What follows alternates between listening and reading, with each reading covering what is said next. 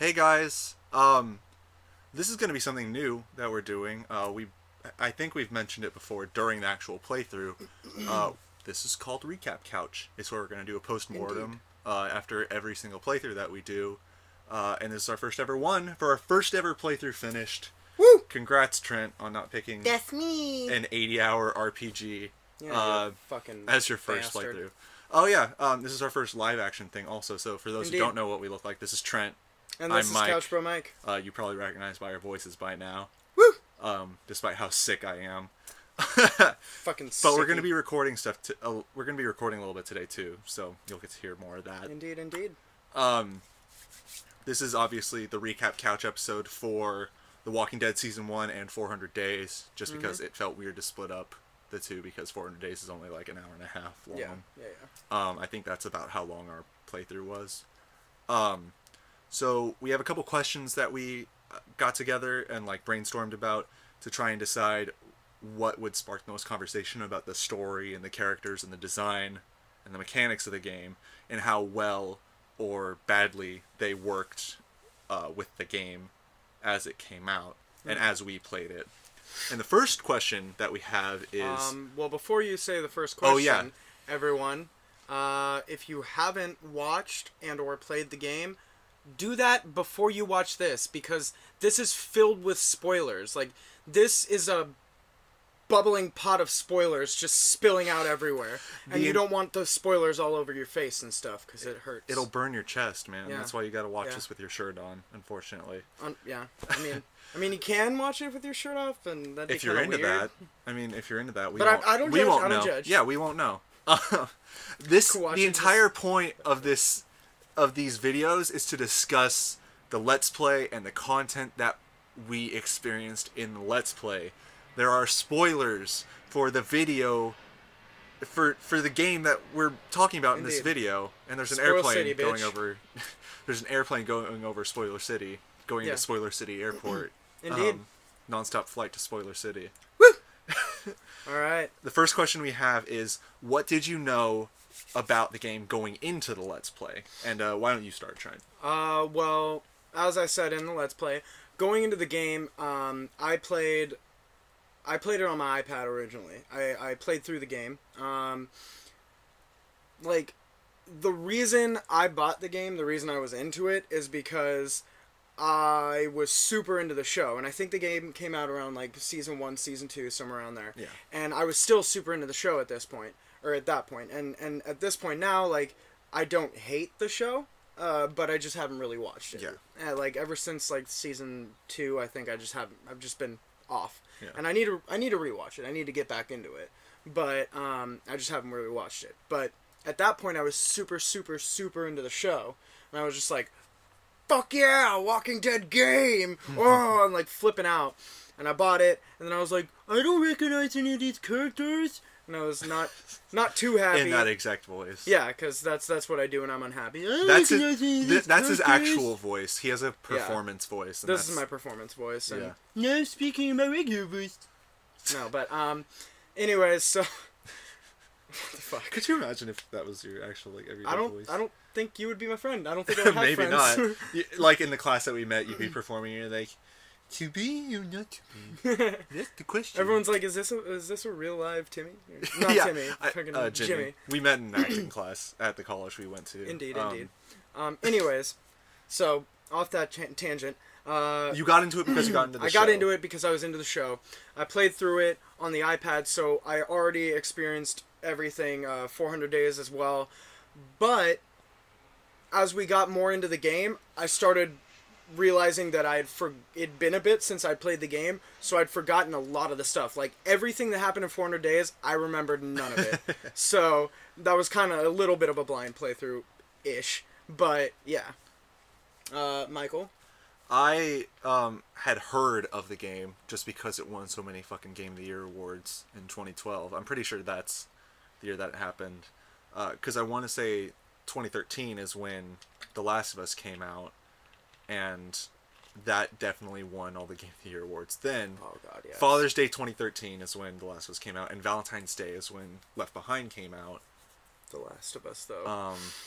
Yeah, we both played that and really enjoyed it, and so this is kind of a good jumping in point. Also, the first game I ever played fully through From start on a to console. finish. Yep. I've played console games or whatever, but it was just Party fucking stuff around, and fucking around, yeah. yeah, like Smash and GTA. And, yeah, stuff like that. But that was the first game I ever played fully through on a console. And so this is the second. Yeah. Walking Dead. And so I'd heard all the hype about it, and usually that kills my interest in games, and I was already like not a giant fan of adventure games.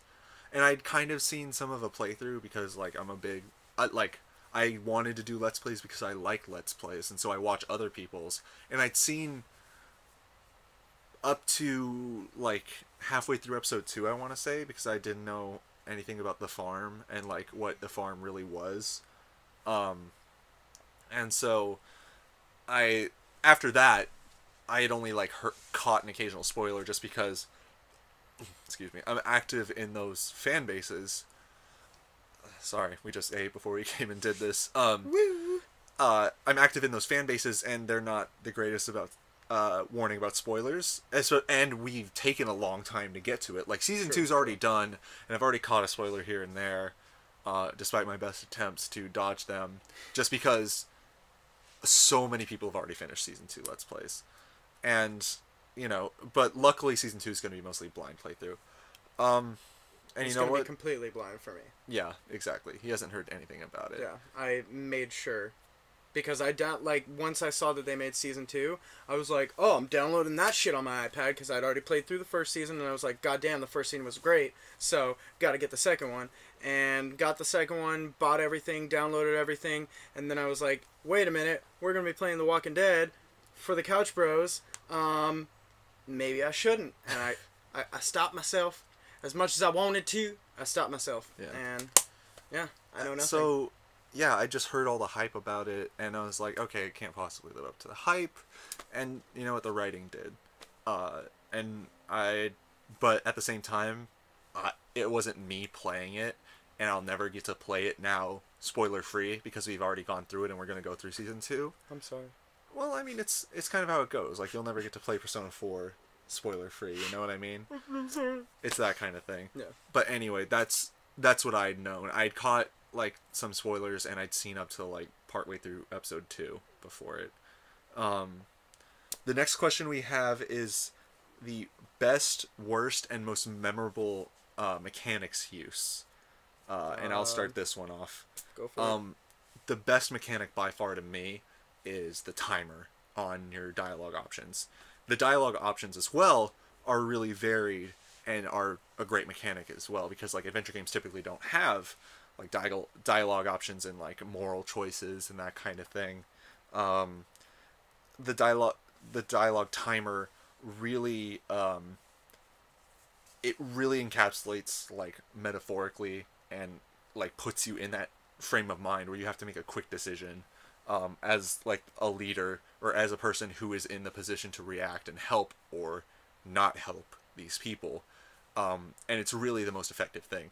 Like I said, the dialogue tree is also really good. Oh, I'm sorry, go ahead. I also really liked the timer because without the timer, you have the choice to be like, hey, okay, if I say this, it's going to go, this could happen. If I say this, this could happen. But with the timer on there, you have to go with your gut. And there was a few times in the Let's Play where I went with my gut and I kind of regretted it later. Yeah, it came back to bite you in the ass. And shit like that happens. Yeah, that's so. If you go with your gut all the time, you can be wrong. And, yeah. But also, if you try and think it through, it kills the pacing and the immersion. And I agree. I really like the timer. But since 400 Days is included, I thought we should mention that the improvement on the prompts in 400 Days was really interesting. It helped like add something new for veterans, so that it's not just hit X or square to do everything. It's hit X and hold the stick back to drag the cop in Wyatt's story. It's hold X and wiggle the stick to pull out the crowbar in Bonnie's... The rebar. To pull out the rebar in Bonnie's story. It's that sort of thing. And that was really interesting, and it was a really good way to like add more depth for veterans without making it too difficult for people who are going to jump in. Yeah. Like without having played season Which, one, because not smart, but it always happens on sequels. yeah. You know what I mean? I don't understand, but okay. Yeah, but it always happens. Like Yeah. you could say the same thing about like me. I've talked about it in the Persona playthrough. I played Persona 4 before Persona 3, so like How I didn't fucking understand dare the you, sir. mechanics. And now Persona 3 is almost worse because it doesn't have all the refined mechanics. And the same thing would happen for people who started with season 2 or 400 Days and went back to season 1, because I've been told by people who have played season 2, those mechanics transfer over, and I'm really excited about that. The Is there worst. anything- Well, Or my you have my another best. best, right? Yeah. One of my best. The choices, right? Yeah, I really liked when you're in the motor inn and they make you choose who gets fed, because that's a really fucking tough choice. Yeah. Because if you don't feed certain people, you may get certain people mad at you. Like, I didn't feed Larry because fuck that guy. And he's even more mad at you. Yeah, and then I chose to feed the kids first, Clem and Duck. I chose to try and feed Kenny, and he was like, "Oh, has my son been fed?" and blah blah blah. Yeah. But well, fuck that guy too, Kenny. But Yeah. like the choices, those two parts, or well, two parts. I haven't even said the second one yet. What am I thinking? The motor inn was a good part, and then also like the parts of who gets saved. Yeah. Like when you're in the pharmacy and you have to choose Doug or Carly. When you're on the farm towards the beginning and you have to choose Sean or Duck. Yeah. Like that's a tough one because it's like shit. Like Yeah. There's not always a right choice, and that's something that doesn't get explored a lot in games. There's a good and evil, but good is automatically right Yeah. to most people's eyes. And like with choices that are that binary, people almost always play the good playthrough and then never touch the evil playthrough. Like, Yeah. statistically, people look at the achievements and trophies for games like Infamous and Mass Effect.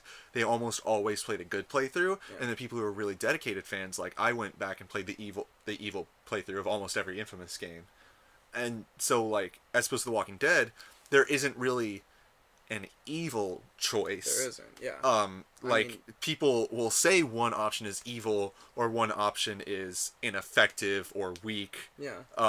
Because like it just depends on your view. Yeah, I mean, like with the farm, the choice to save Duck or Sean, like there's no like evil choice or right choice in that, because either way, someone's son is gonna die. Yeah. You know, and it's... like if you choose to save Duck, then Herschel's son dies. If you choose to save Sean, then Kenny's son dies. But we find out later that Sean it's dies an illusion either way. of choice, but it's still like, yeah. if you play through without knowing that, which is what I did on the first playthrough on the iPad, I immediately went to save Duck because I was like he's a child, but I didn't really think about the fact that Herschel's son is gonna die. You know, Herschel. Well, yeah, that and it's like, to balance that out, a child's inability to fight off like full-grown adults. Yeah. You know, and fucking Sean's trapped under a tractor. Yeah. Like a tractor, like a 300-pound farm machine that like it could easily be almost double his weight, is pinning his leg to the ground, and so like it's which is more important to you, and you have to act with your gut, which helps with the timer. And I'm planning on going back through on my iPad and just doing a playthrough, doing opposite of what I chose. Yeah. But because I want to see what happens, because I never chose to try and save Sean. Or no, I did choose to try and save Sean, but I don't remember what happened. But I feel like, because later in the game, like in my first playthrough, I sided with Kenny all the time. Everything was good. In this playthrough, I didn't side with Kenny a couple times. He was a fucking asshole to me. Yeah. So I feel like if you try and save Sean, already you've got Kenny being a fucking asshole to you. That's what I feel like. Probably, actually. There are a lot of good choices. Like, it's one that we glossed over, but the choice, like, that you let that girl die to scream and attract the zombies. That's right. So that he had more time to get supplies. And, like, how much does that affect your group if you kill her to draw them closer to you so you have less time to grab supplies. Like, we grabbed a ton of them. We got like 15, I want to say. I think so. And so, like, imagine we only got like half that time. Like, and even sorry, continue.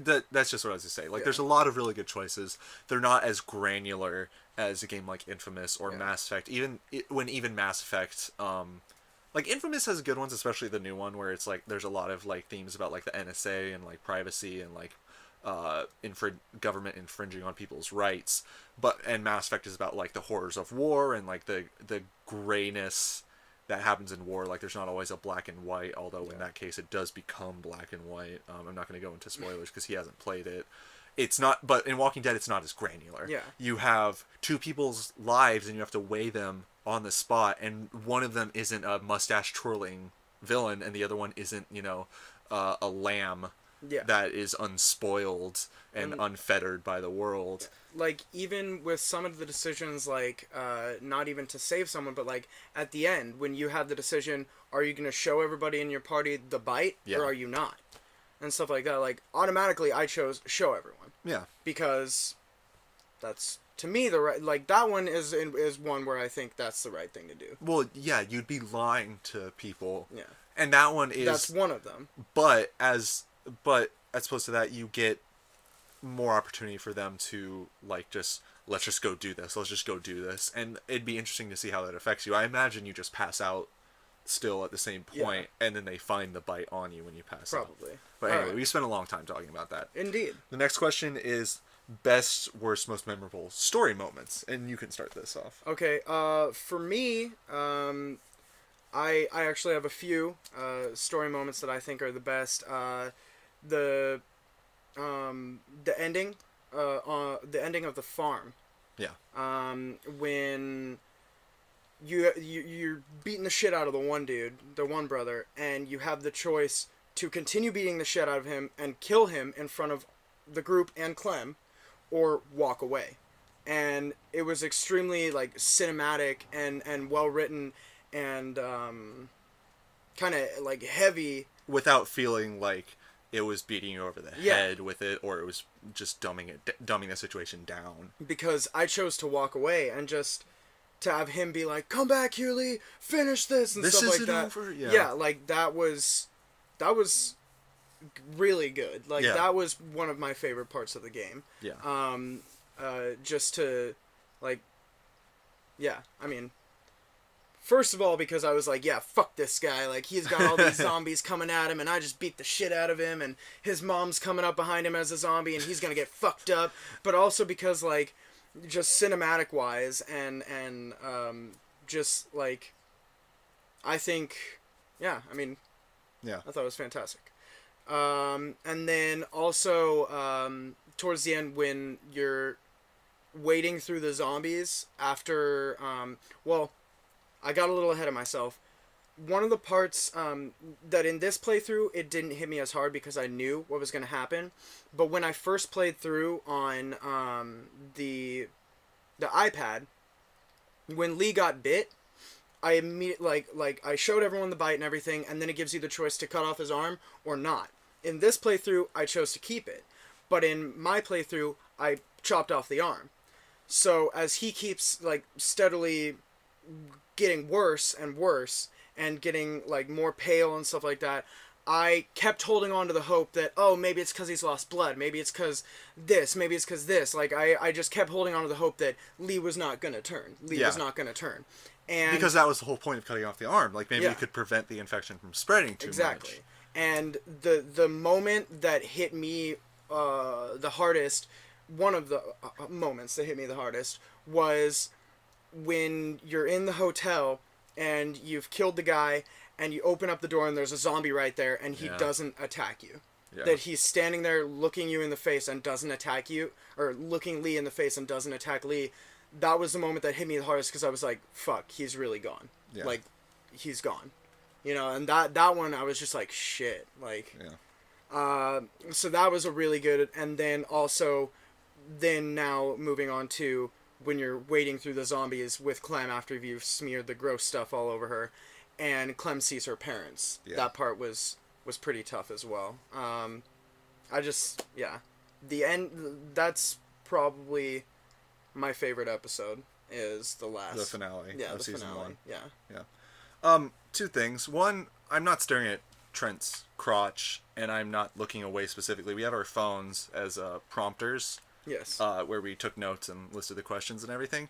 Also, we kind of got ahead of ourselves. We didn't list the worst mechanics. Oh. So we should do that real quick, and then I'll get back to story, because My Trent bad. covered his best story moments. Worst mechanics, the variety mechanics, as I call them, don't always work super well. Trent definitely knows this. It's the mechanics where, like, you start shooting people, you start having to stab people.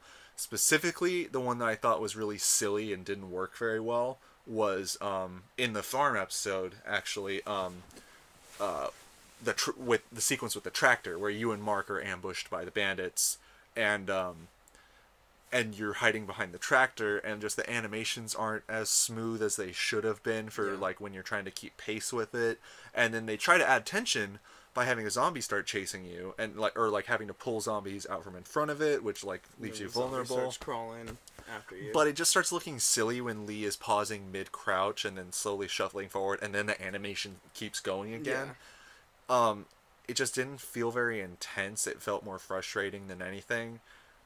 It didn't really feel very clear because of the way the camera was angled. You had like really bad depth perception in that sequence. Like I remember, I didn't know where I was at. Relative to the front of the tractor, and I ended up getting attacked by the zombie that was crawling after us. And died the first time we went through that. Yeah, because you're scared that you're going to be poking out too much because the shot is from the back of the zombie, like crawling towards you. You can't see the front of the tractor very well. Exactly. Yeah. So the variety of mechanics can be really frustrating. And then my least favorite, my worst game mechanic was more wading through zombies, but not when you're with Clem, when you're about to go into the hotel. It's supposed to be this like badass moment where you got the knife where they've got the kind of shiv if you have your other arm the what is it, glass shard thing. The Rambo moment. Yeah, and you've got like kind of like the bluesy kind of guitar thing going that's fucking badass and shit.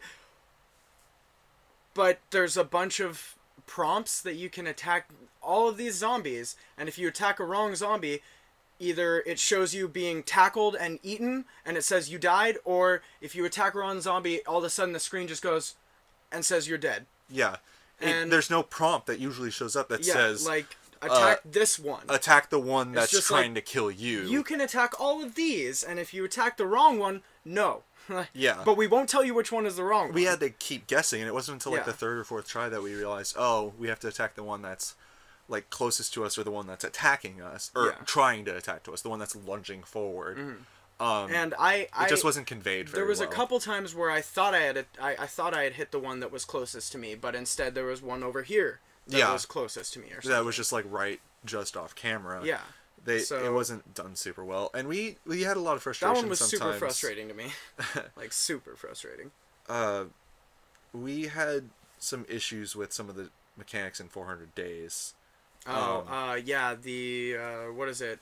When you're on the prison bus as Vince? Yeah, that puzzle specifically, when you have the shotgun and you're trying to figure out how to escape, we did everything, like shooting the gun and looking at it and trying to pull, and it didn't convey very well that was a puzzle that you were supposed to try all the options first before you like can get the option to shoot the other dude's leg off.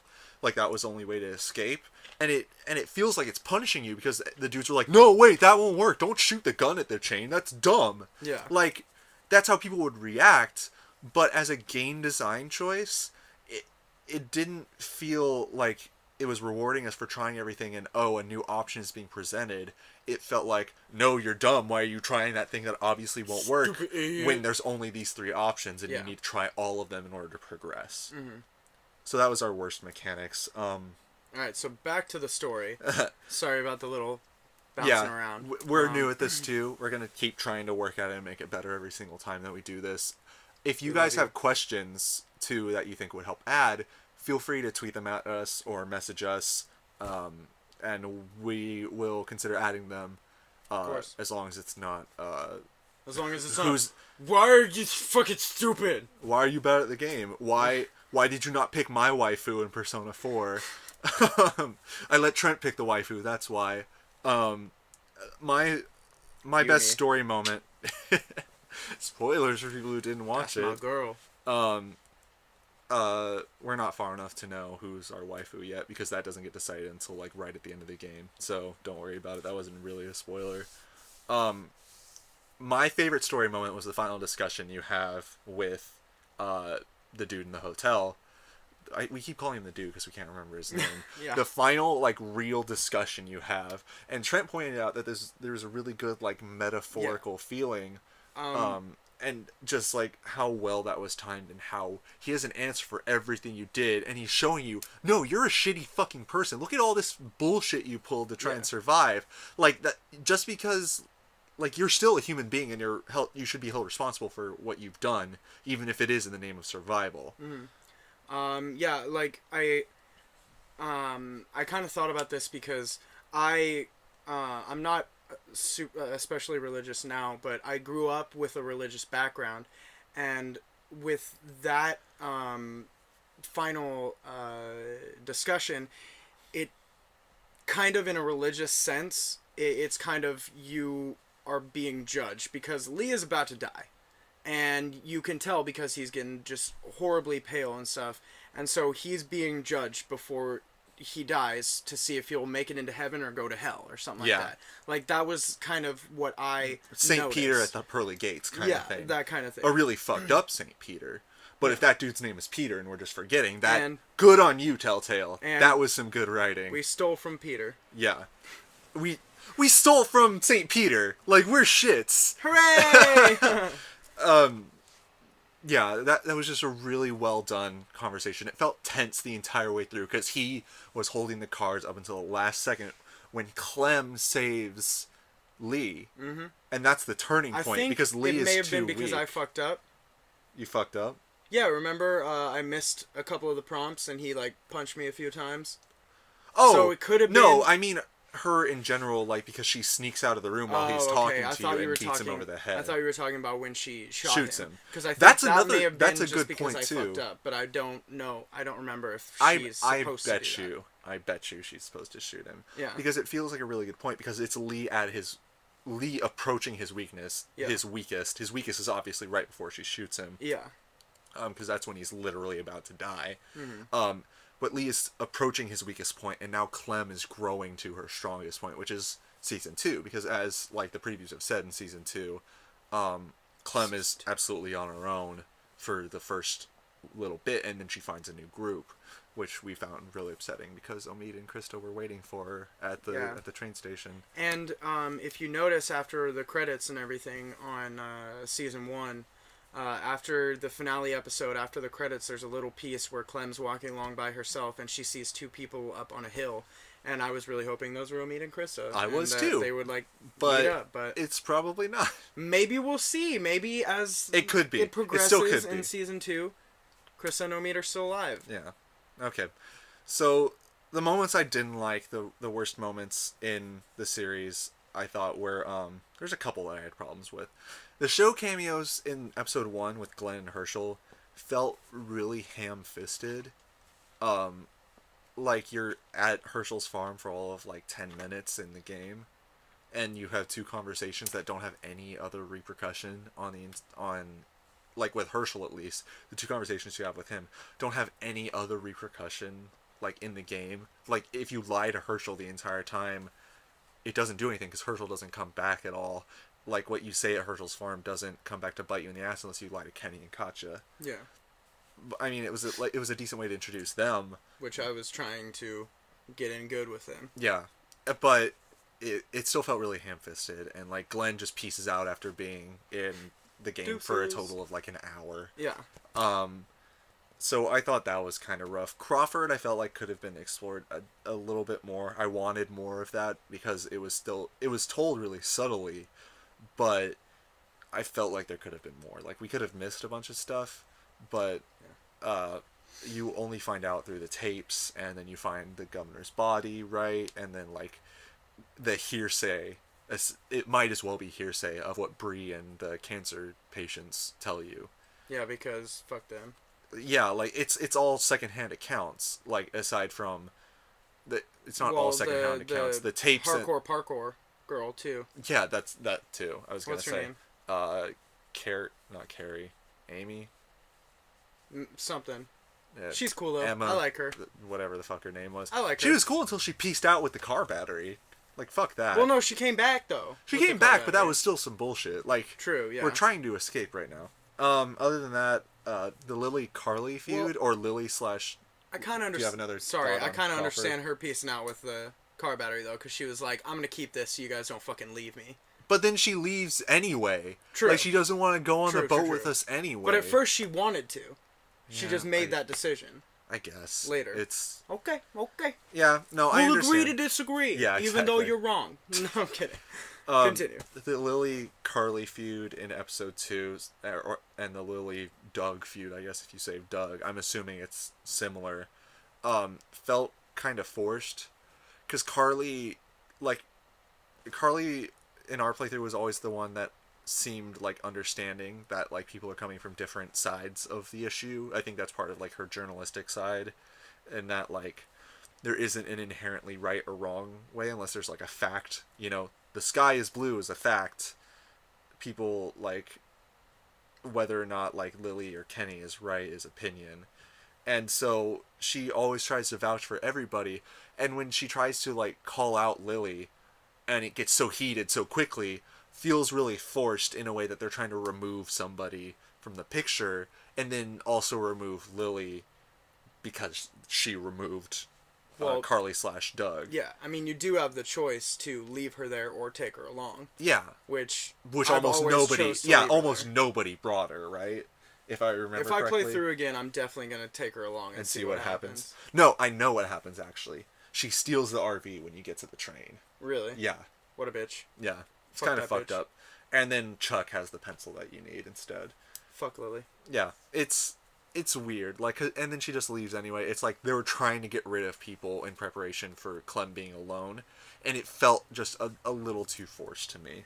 For me, my worst moment was the intro of Chuck. I mean, Chuck, okay, it's cool. Like, he shows up, he, like, plays the guitar a little bit, and is he has, like, an interesting perspective of somebody who was homeless before everything happened, and he advocates, like, Clem being, like, getting her hair cut, and he's like, training hey, with a gun and you gotta cut her hair, you gotta train her with a gun and stuff, and then he dies. Like 5 minutes into episode 5. Yeah, episode 4. And then we see him later with his guts all spilled out in the fucking in the sewers. Sewer.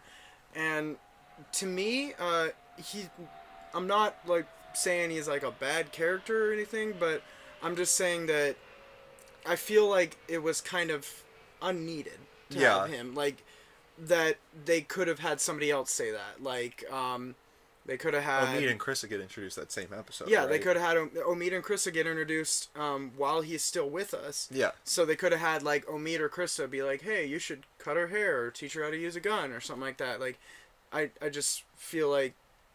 It feels like it was just padding the time of the episode. Yeah, and that he was just there to be like, these are some things you should do. Okay, bye. Dead. Yeah. That... It was just kind of like, we're going to throw this dude in real quick and then kill him off. Bye. All the characters that are like that kind of have that problem. Like, Mark, at least, I grew to like by the end of the episode. Well, now we'll move on to the characters then. The next question is best, worst, most memorable characters. I still think Clem was handled so well, because this was the first game that made child/companion characters not annoying. In gaming before this, they were all annoying. The princess from Ico, fucking escort quests in like World of Warcraft and stuff like that. They were all bullshit before Clem, and then after that, you get Elizabeth from BioShock Infinite, you get Ellie from The Last of Us. Just Ellie, oh my god. Yeah, and then like, so Clem was casted so well. Her growth and like the spoiling of her innocence as she like grows up in this horrible situation is so compelling to watch because she's not annoying. She's an endearing little girl who like just wants everybody to get along and wants Swear. everybody and wants everybody to like be the best that they can be, Yeah. not because like she needs them to protect her, but she does, but not from that like self-centered kind of Yeah. point of view. And She just wants everybody to like get along and not hurt other people trying to survive, and that maybe that's like her childlike innocence in thinking that, but it's done so well that I can't not like her. yeah, and I love how certain moments she kind of calls you out on decisions. Yeah. Like with the car, shame, when the you're shame stealing- hoodie. Yeah, The shame hoodie is the popular term like- for it yeah, because of you're like, another Let's Player. take this, and she's like, She's like, oh, I no, don't- but we're taking from Yeah. these people. Yeah, like she kinda they're calls going to you out. starve because of us, and she was fucking right. Yeah. is the great thing. They could have just left that and have the hoodie be the reminder. But we would have had some problems. Yeah, wonder- but we would have had I problems want too. to see what happens. I know. I really want to fucking play through. And I don't know what happens at the ending. I know what happens if you don't pick it. She doesn't get the hoodie, and everyone else takes the food, and you guys kind of boycott it for a while. But they start feeding you so that you don't starve. Got it. Okay. So you either get way, the your food gets so you taken. get your cake and eat it too. You just don't wear the shame hoodie. Okay. Your best character. My best character, I actually really like Ben. When Ben shows up, I fucking hated him. With the shit that he pulled at the motor inn, with the what shit did he pull? Oh, when we show up in Savannah and he leaves Clem and Yeah. like surrounded by walkers, like I fucking hated him at first, but as Michael mentioned in our Let's Play, that is how people would act. Yeah. Like, And I talked about it there. I hate people who just like glamorize and romanticize isn't the right word, but it feels like it. Like fetishizing zombie apocalypses, like which is the why people zombies with are the so zombie outbreak team and yeah, stuff like that exactly. on their car and it's stuff. it's fetishizing zombie apocalypses, which is why zombies are so popular and why I'm fucking sick of them. Because World War Z and The Last of Us came out, and The Walking Dead is good, but it came out before that, and I'm like, okay, I don't need any more like new zombie content. I played The State of Decay. Halo has zombies to an extent. Just I'm There's Call of Duty zombies. there's Call of Duty zombies. There's the first Dead Rising game. There's zombies everywhere. There's zombies in fucking everything, and I'm over it. Like the Zombie metaphor, tampons.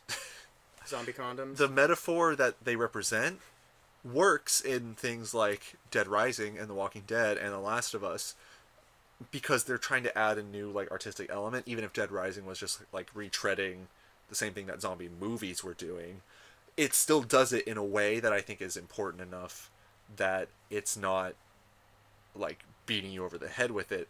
But I was fucking done with it by World War Z. I was like, okay, fine. We have this giant AAA blockbuster movie. I thought it was all right. It wasn't like the book at all that everybody who like was really into zombies, like when that fad first started, that's what people wanted from the movie. Really but good book. yeah, it was a good book. But like, I'm so done with it. Yeah. But I mean, I like Ben because, like Michael has said, that's how people would react. Like, I know for sure, like, I've shot a couple guns at, like, a range and stuff like that, but I know for sure there's a huge difference between shooting at a paper target that looks like a zombie and shooting an actual human being. Ex-human being, I Well, guess. yeah. There's a fucking huge difference there. Yeah, exactly. The And survival you're gonna be guide... freaking the fuck out, and, like, no one, like, we're not trained marksmen. Like, there's no fucking way. I've never like, fired a gun. If I had, like, a handgun, there's no goddamn way that if some, like, zombie was running at me, I'd be like, bam, got him in the head, fuck yeah, you know? Like, I'd be like, oh shit, like, oh Jesus. I'd probably die. Like, the zombie survival guide, which was by the same guy who wrote World War Z. Max Brooks, Yeah, I think? talks about effective range under, like, what's called effective range in, like, military terms, I think he said it was, where, like, under duress, your effective range at, like, accurately firing a weapon is half of what it is when you're not under duress. So, like, if you can hit a target accurately at 30 feet, if zombies are charging you, 15 feet is how accurately you'd be able to That's do it. fucking close. 15 feet and under. Yeah, That's fucking exactly. close. And 30 feet is, I feel like, is like standard for gun ranges, right? I think so. When you're doing like the closest one. Yeah, somewhere around there. Something like that. It's not something that anybody could survive. Like, there's a reason why there's so many fucking zombies, because so many fucking people die. Yeah. And then also the idea that The Walking Dead explores is that, like, the virus is airborne, and it only can take effect when somebody dies. Yeah. Sorry, continue. No, we keep going on tangents. Ben is the best character because he's how people accurately respond, and he grows anyway. Yeah, he grows, and he grows enough to finally stand up to Kenny, who's been like, I fucking hate you, like, fuck you, Ben, like, all this shit, and he finally stands up to Kenny, and he's like, no, like, everyone's lost someone. Like, you can't fucking sit here and act like you're the only one who's lost people. Yeah. Like, he was like, at least you had your family to lose, and that part I was like, damn. Like, because he didn't even get to see his parents or whatever. Before he was talking about it, and they were like on a field trip or something, right? Or that he got locked at the high school, something like that. Yeah. And then also on that, as much as I fucking hate him, Kenny was a great character. Kenny was he very was the most well fleshed out of everybody. Kenny was very well written. The most three-dimensional. Most three-dimensional fucking asshole. I hate him. But yeah. But good characters have flaws. I mean, well, yeah, it was just like, because in my first playthrough, he was the bro, sided with him all the time, and he was always on my side, always had my back, because I always had his back. In this playthrough, I decided to do some things different, and decided not to side with him on certain things. And if you don't side with him, then he's just like, well, fuck you, dude. And then his family's what's most important to him, and if you're helping him protect his family, he will extend you into his family. Yeah, and then there was maybe like 2 or 3 things where I didn't completely side on him with. Yeah, but they were important things to Kenny. So he's like, no, you're not having my back when it matters, and I don't need to help you. Yeah, and then at the very end, then when I get bitten and I'm like, hey, are you going to come with me? He's like, well, if it was me asking you, would you do it? And I was like, well, of course I would, because I just fucking saved you from that one zombie that when you tripped and he was coming right at you, I fucking shot him and killed him. Like, of course I would. I've saved you a bunch of times, you dingus. Yeah, exactly. But, yeah, I fucking hate that guy. But he was a very well-done character. Yeah. Very three-dimensional. Our worst... I thought Herschel got kind of the short end of the stick on his characterization. Like, it's like he's always like the insightful sage on the show, but like his rage isn't really that much a part of his character. In the comics, it's a little bit more like that, but like in the show, they never like have him losing his temper that much and just kicking you off. And again, it goes back to like the show cameos being really ham-fisted. Worse than that, I thought, were Vince and Becca, who, like, Becca, not all of it can be explained away about her being, like, a dumb kid, right? She's becoming a teenager. She should be realizing... Angsty. Yeah, she shouldn't be as angsty. And, like, I would expect teenagers to just, like, kind of be rebelling and questioning everything that authority figures tell them, not, like, falling in line with Mason's, like, dictatorship, which is what that area had become. Yeah. And just like, well, you guys saw it when we were doing 400 Days. That's some bullshit she pulls. She's like, oh yeah, you have to kill him. You know, I would fucking do it if he told me to do it. Okay, and you're like, all right, you want to go fucking kill him? You do it, bitch. And she's like, no, he told you to do it. Yeah. And then immediately she's like, man, this sucks. Like not even realizing what she said. I don't think that's the way that's supposed to be written. She just like, it's so infuriating how she doesn't see there's a problem with like pretending to be a zombie when people around them are almost likely to carry weapons on them at all times. How she doesn't see like a puppy being eaten by a zombie as something that's like upsetting. How she doesn't like see executing someone who like who might as well be family for how many people were left in that group. Yep. She's the worst. And then Vince, you said? Yeah, and Vince too. Like I didn't like the way it was presented. They should have told you up front that this was pre-apocalypse that you're running around with a gun. Like, I thought it was during the rioting and stuff. Yeah. So, like, which is good because that part of the zombie apocalypse needs to be explored more, which is why The Last of Us prologue is so effective. The moment when everything is going to shit, not a character blacking out during it and waking up and everything is already shit. And so, like in The Walking Dead. Yeah, exactly. Rick in The Walking Dead. Lee in this game does it too. Yeah. The Dawn of the Dead movie. Like, oh, yeah. It's a little bit better in that shit is the almost... remake or the original? Both. It's a little bit better in that, like, she's there for the first wave of zombies, like, breaking into people's houses, but then she passes out and then her entire neighborhood is gone. You know what I mean? That moment needs to be explored more, and I thought that's what they were doing with Vince.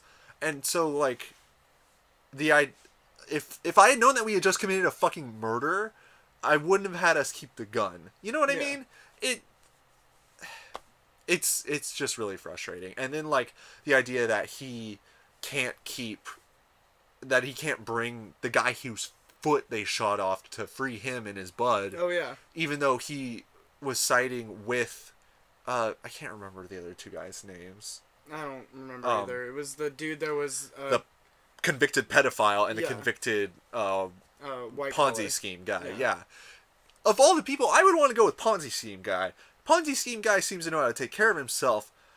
Pedophile guy might actually be a pedophile if he was convicted. Like, there's... Who did I shoot again? We shot Ponzi scheme guy. We did? Yeah. Oh.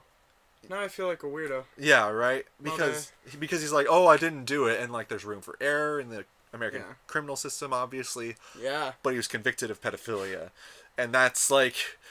That's not okay. Nope, not when you take a minor's virginity. But anyway, like, not that we want to get too much onto that topic. Gross. I don't think Vince was explored very well. I don't think they gave him enough, like, we didn't get to explore enough that he was a person willing... Obviously, he was a person willing to commit crimes to protect his family. But, like, why did he side with the guy whose foot you didn't shoot and not take the guy with him? Why does he do the things he do the things that he does?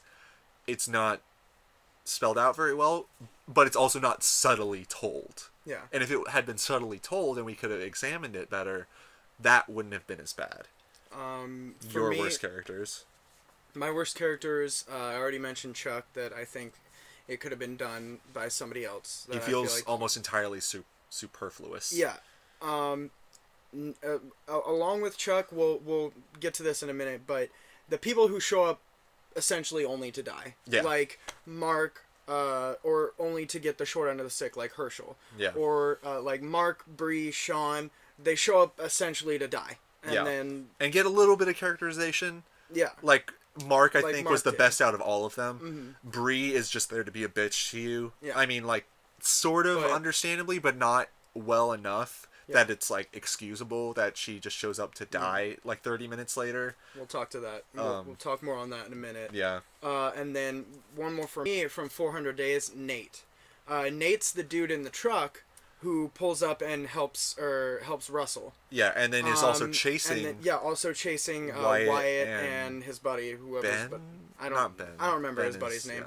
Yeah. But Wyatt and his buddy, I think that happens before Russell, if I'm not mistaken. It does, because it moves from 2 days to 200-something days. Yeah. For me, like, Nate, they didn't really give a lot of backstory as to how, like, why he's so fucked up. Yeah, it's the same thing with Vince. It's not explicitly said, but it's also not subtly said. Yeah, I mean, like, it's just because he drives up next to a zombie and rolls down the window so the zombie's grabbing at Russell. To freak out Russell, yeah. And to be like, oh yeah, what do you think? She was pretty hot before she like got all zombie and stuff like that. He was like, what do you think? If you tell me a 5, I'm gonna freak out and stuff like that. Exactly. Like, that's fucked up. And then when they go to the motor inn. Or the gas stop. The gas station, pit stop, truck stop, whatever. When they go there, then he fucking kills the elderly couple. Yeah. And, like, they don't really give us a reason as to why he's so fucked up and why he's chasing Wyatt and his buddy. Yeah. They, like, spoilers, I guess, for The Last of Us. There's a lot of subtly told backstory for Joel about what happened in between his daughter dying and meeting Ellie. That he was one of those raiders and hunters and bandits kind of guys. Because he talks about, like, how Ellie asks him, how did you know that was a trap when they're going to Pittsburgh? And he's like, I've been on both sides of that. Mm-hmm. And that says a lot. And stuff like when he's talking to Tommy wasn't content with how Joel was making a living for them by killing and stealing and murdering, the same way that, like, Vince acts. Like, if Vince is that kind of guy, it's not told well enough. So that's the main problem we have with him. Yeah, okay, so back to the people who show up only to die. Yeah. It's just... The character of the episode. Yeah, essentially. Like, Sean, we meet him, he's like an alright guy, he gets us onto the farm with his dad. He's friendly, he's helpful. Dies. Yeah. And then... 10 minutes later. Yeah, and then Bree, we meet her for a little bit, and then Zombie Bite died. Like... I thought it was funny that she showed up again at the house. So. Yeah. It's just... It's... I don't know. I mean, I guess you gotta kind of throw people in there that are gonna get killed. Yeah, you have to keep introducing new people, but it's like they're never developed well enough that I thought it was excusable, like how little characterization they got. Yeah, I mean, like, to me, if you're gonna introduce a new character, you're gonna give us some time to get to know them, to kind of get a little bit of attachment to before you kill him off. Like, Mark was really well done in that instance. Yeah. I was really disappointed he was only in one episode. Yeah, but, like, with Sean, there was not enough characterization to really, like, I mean... It's sad in that a person died, but we weren't mourning because, this is a person I knew that is now gone. Yeah, like with Bree, same deal. I mean, it doesn't sound good the way I'm about to say it, but you don't really care when she dies that much. She was just being bitchy, and then, like, she kind of helped us with the map. Yeah, like, like, with people like that, that they just show up for a little bit, you get to, like, know them a tiny bit, and then they die, serve their purpose, you don't really care die. that much. Yeah. So that, not a huge fan. What's our next question? Are there any technical limitations to the game, and do they detract from your experience?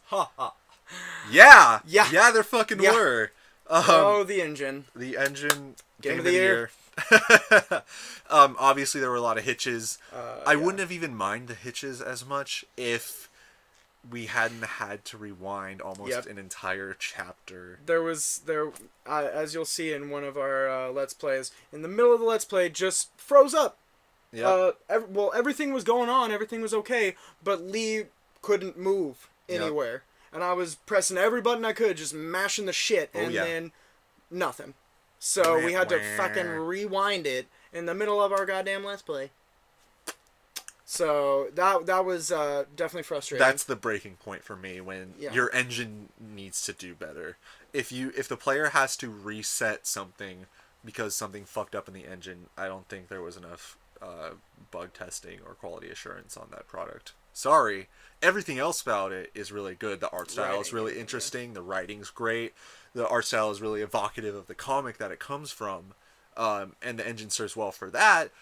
But it struggles on everything else. Like, when this game first came out, and the same thing with The Wolf Among Us, during the previously on The Wolf Among Us, previously on The Walking Dead, it would hitch loading the next, like, it would show, you know, oh, this is a decision you made, fade out, hitch, instead of instantly loading the next decision that you made. And, like, that just breaks the pacing and breaks the immersion, and, like, the previously on is supposed to, like, catch you back up, so you're like, yeah, let's keep playing, I remember what happened, now I'm excited to keep going. But instead it's like, oh, you made this decision, kirk, and then you made this decision, a lot of kirk. And just, like, if we played on my 360 and how loud that thing is comparatively, because it's like a first gen 360, you guys would have been able to hear it on the mic. That thing wheezes and cries and almost dies when the engine hitches if you play on 360. And a lot of the time, when you're in like a cutscene or whatnot, and then all of a sudden some action starts happening, that would get kind of obnoxious because it'd be like, for example, I think when the band teacher bites Katya. Yeah, or tries to. Yeah. Or tries to bite Katya. Yeah. I think if I remember right, like he went to bite Katya, and then it was just like, and then it started going again, and you're just like, oh, come on. Or like when it changes the camera, like the camera cuts to something, but first you watch everything despawn in the first shot, and then the other shot plays. It's that kind of stuff that really breaks the pacing and breaks the speed. All right. And then our final thoughts on the game, our mini review. You played it, so you get to go first on your review. I think we've both said it, that the game itself, it's the writing is fantastic. There's a lot of moments that, to be honest, like I ain't even embarrassed of this. When I first played through the game, I cried. Oh yeah. When I shot Lee, I fucking cried. I ain't even embarrassed about this. That happened. But like the writing, it was so good. The choices that they have you make, that like stick with you. It's just a very well made game. I mean, I wish the engine was a little bit better, but other than that, I think it was a great game, and I definitely recommend it. Yeah. I have similar things to say about it. Like this obviously isn't news to anyone, seeing as how many Game of the Years it won. It's one of the first games since like branching stories became a thing that like your choices really stick with you throughout the entire game. And that alone helps it so much. And the writing is well done. All the characters are so well visualized, except for the characters of the episode, which like we knocked on it, or like we bagged on it a bunch, but like a lesser written, there was still room for those characters to be worse. Like Bree was still a bitch. That's better than being nothing. True, you know what I mean? Yeah. Bad characterization is better than no characterization. And so like Bree being a bitch, and like Sean being helpful, and Herschel being the insightful sage, and then even though they disappeared 10-30 minutes later, it's better than nothing. And the engine problems and like the kind of monotony of the gameplay that would have existed if like the moral choices had to stick around and you didn't have like the variety of gameplay that existed. Like if this had been a straight up adventure game that had been made in the 90s, you wouldn't have shot anybody. If this had been an adventure game in the 90s, there wouldn't have been any moral choices. But the characters might have been fleshed out more, but it would have been a much more linear thing, and it would have been closer to something like if it was only puzzles in The Last of Us, which, you know, would deteriorate from The Last of Us as well, but that's an entirely different thing. The puzzle aspect of adventure games aren't enough to carry them anymore. The 90s proved that. So this does it so much better by having the shooting, by having the moral choices, by having those choices stick with you. It, like I said, it's all been said before, and I wasn't actually the one playing it, but I talked about it at the beginning. The writing was so hyped for me that I was ready to hate this game, and it lived up to it. Mm-hmm. So we would recommend it, absolutely. Yep. All right. So this was our recap couch. Yeah, thanks the very for watching. first one. At this point, I would normally tell you, we would announce what the next game we're playing is. Yeah. So yeah, let me announce it. We are playing Final Fantasy. Yeah. Final Fantasy 13, the shitty one. No.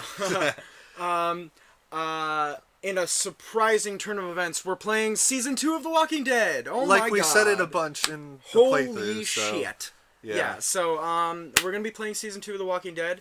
Once we're done with that, we will shoot out another recap couch of Season 2. And after that one, we will announce the next game that we're going to be playing on. I'm going to be playing on it, at least. That Trent's going to be piloting. I'm co-pilot. Because this guy's piloting a game that's going to take years.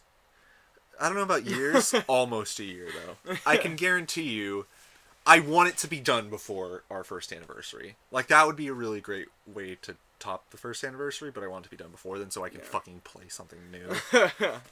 Like, that's... I almost regret it if I didn't like Persona 4 so much. Yeah, I mean, it's a great game. I'm not knocking it at all, but... But yeah, so, this has officially reached an hour. Yeah. Thanks for sticking around for our very first playthrough, guys. If you watched it all. We appreciate all 4 people that watched it. Thank you. Yeah. Shout outs to them. You know who you are because we messaged you and texted you about it. We love you. We love you very, very, very, very much. And we hope you guys stick around for the next one and the one after that. And then the one after that. But not the one after that. But no, not the one after that. Not the one after that? No. Why not? The 5th playthrough, you can leave. Okay. We'll see you next time, guys. Alright. Love you all.